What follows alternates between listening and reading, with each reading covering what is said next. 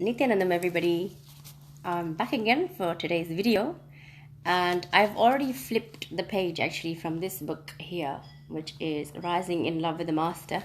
So I've flipped the page already today, and this book is written by my guru, His Divine Holiness Bhagwan Sri Nithyananda Paramashivam, and it's a beautiful book that actually gives insights into the authentic spiritual journey, the authentic surgery that happens of the ego, and it removes all the misunderstandings that we may have about the journey, one, and two, about the master. So here, the page that is flipped to is page 42, and it starts with, first understand the nature of logic. Logic always wants everything to be in order. The whole of life should be in order. But the entire universe is not the order that logic understands. The universe is a wonderful chaos, but there is a certain order in it that is its own, but you are trying to put your order in the chaos. This cannot be done. Another thing, logic wants everything to be fast, to move quickly, and this is the reason why the mind can never meditate. Meditation cannot move quickly. It is very slow but very powerful process. Coffee can be instant, but meditation cannot.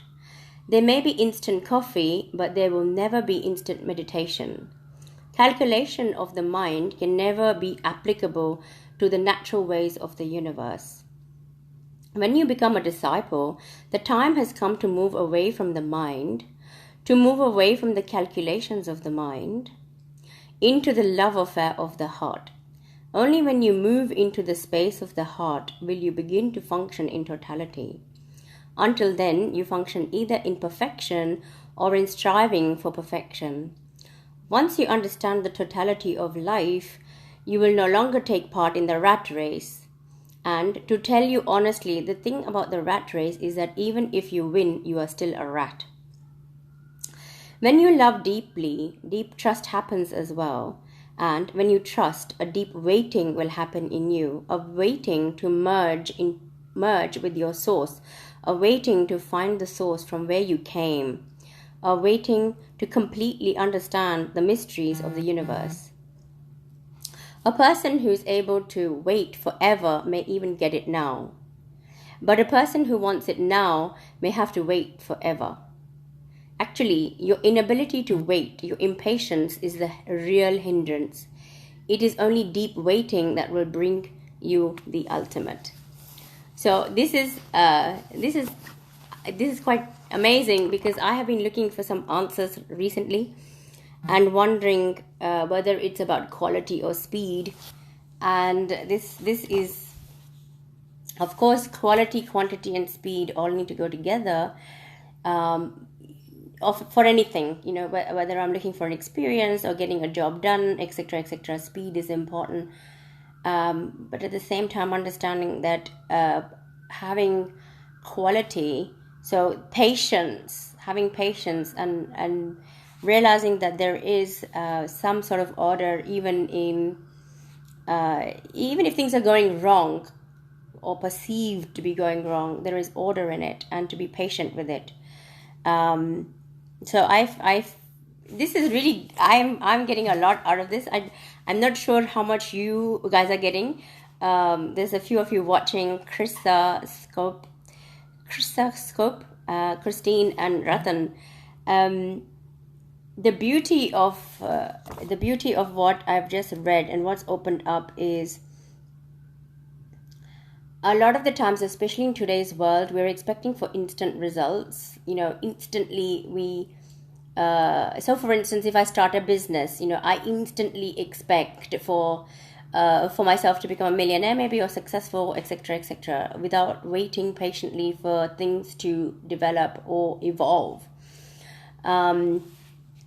Or there are so many that lose weight instantly, for example. Or even if people want to get into a relationship, it's like the perfection in relationships that's portrayed in movies, even if you like that is expected to happen straight away when you first meet a person. So these, I think the instant coffee, as coffee can be instant, but meditation cannot. And to have the patience to really contemplate on the cosmos, contemplate on the depth of the cosmos, making time for that. There is no substitute. There is no substitute. There are no shortcuts. There cannot be hit and run relationships. Definitely not with cosmos. It doesn't work anyway in day-to-day life, but definitely not with the cosmos. So first, understand the nature of logic. Logic always wants everything to be in order, and uncomfortable with things. If things need to change, then having problem with the change, etc. So being comfortable with change, being comfortable with the chaos. And I have to say, there was one time when I was a long time ago, before I met Swamiji physically, I was walking on the streets in London, and I happened to just be contemplating on how crazy it is, how cosmos delivers to everybody. So at that time, part of my work that I was doing, I had to deliver items to people's homes, and I used to think about the organizing I had to do, etc. for it. And I used to think, wow, how does the cosmos get everything to everybody delivered in perfection, in time? That's just like, if I think about DHL or a parcel company, Parcel Force or something like that, it takes a certain amount of logistic in the background, and even then things may get lost, or things may be delayed, or the wrong things might be delivered in the wrong places. All sorts of things are possible, but when it comes to the cosmos, it never happens like that. So I happened to be contemplating on that and walking down the street, and around the corner came a person who looked really sad. So I have a habit of just being friendly. So at that time, I was in the space where I was being friendly, and I just asked him a question. I didn't know him at all, and I said, "Are you okay?" He's a complete stranger to me. I said, "Are you okay?" And then for some reason, he just looked up, and he opened up, and he did start speaking to me. So we started having a conversation on the street, and I was sharing this very understanding that I was contemplating on, that there are no accidents in the cosmos. Everything is perfectly being delivered. And he looked at me and he said, "You have my name on your jacket." So I was wearing a ski jacket at the time. It was cold, so I was wearing a ski jacket, and he said, "You have my name on your jacket." So I was like, what does that mean? So I looked at my jacket, and it had cross, because it was a label. It was a ski company that makes skiing clothes. So he said, "You have my name on your jacket," and the name was Cross, and his last name was Cross. What are the chances? So then I said, "See, I just said to you that there are no accidents in the cosmos. It's just delivered perfectly." So it may look very chaotic.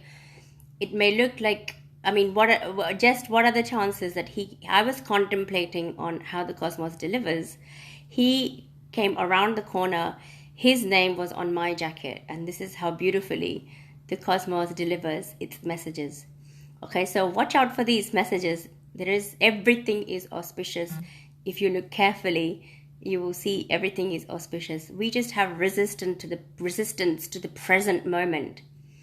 And even now, while I was making this video, I was contemplating on, okay, I've actually read out 2 page or 1.5 page of this book, but then what more? What more am I supposed to share in the video?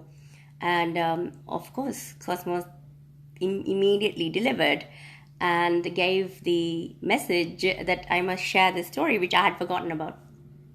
Anyway, so these are beautiful things that happen, which if we're really, really open to and look carefully, we'll see the magic happening, the magic unfolding in our life in every moment. Okay, so that's one thing. And if you want to join us for Kalpataru, it'll be happening on Saturday. Across the globe, it happens on different days. So especially so at the weekend, I'll share the link in this video specifically. So if you wanted to join this weekend to learn how to manifest your reality, you can, and romance with the cosmos. Learn the intricacies of how cosmos operates, the compassion of the cosmos, this deep silence, and the deep listening that happens in that silence of the cosmos. Then you can leave a comment, you can ask questions if you'd like to. And also, what is the one more thing? There's one more thing I wanted to say. I will share the video to my YouTube link, so you can watch these videos there too. And again, once again, any questions, let me know. Anything you can add that will help me to expand my understanding, please share that too. That was it. Thank you so much all for watching. I shall see you again highly likely tomorrow for another video. Thank you. Nithyanandam.